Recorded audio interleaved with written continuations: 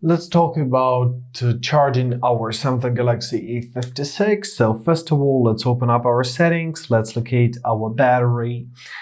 Here, let's locate our charging settings and let's turn on our fast charging. So keep in mind that you have this option right here.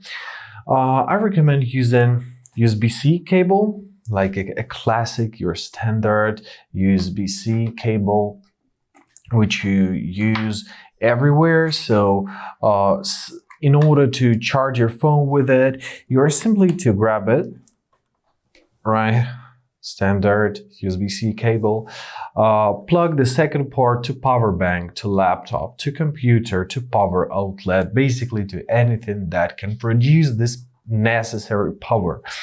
Now locate your charging port and insert our cable like right here.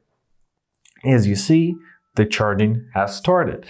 However, keep in mind that you cannot charge this phone with wireless charging. It's not working on this particular model.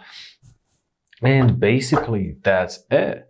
And I hope this video was helpful. Thank you so much for watching. Have a great day and please consider subscribing to our channel.